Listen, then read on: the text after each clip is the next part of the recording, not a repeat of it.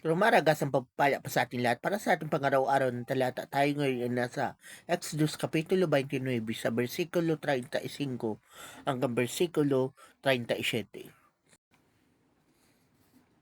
Sundin mong lahat ang iniutos ko sa iyo tungkol sa pagtatalaga kay Aaron at sa kanyang mga anak. 7 araw mo itong gagawin. Araw-araw maghahandog ka ng isang bakang lalaki para sa kasalanan. Gagawin mo ito upang maalis sa altar ang kasalanan. Pagkatapos, busan mo ito ng langis at italaga. 7 araw kang maghahandog ukol sa kasalanan at pagtatalaga. Pagkatapos ito'y ituturing na sagrado. Ano mang malagay rito ay magiging sagrado.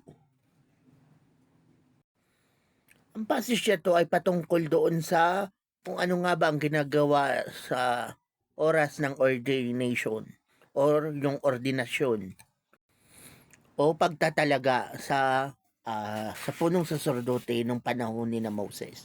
So, nung panahon ni Moses, siyempre si Aaron. At sa passage na rin dito, makikita natin kung ano ang ginagawa ng isang great high priest nung panahon nila.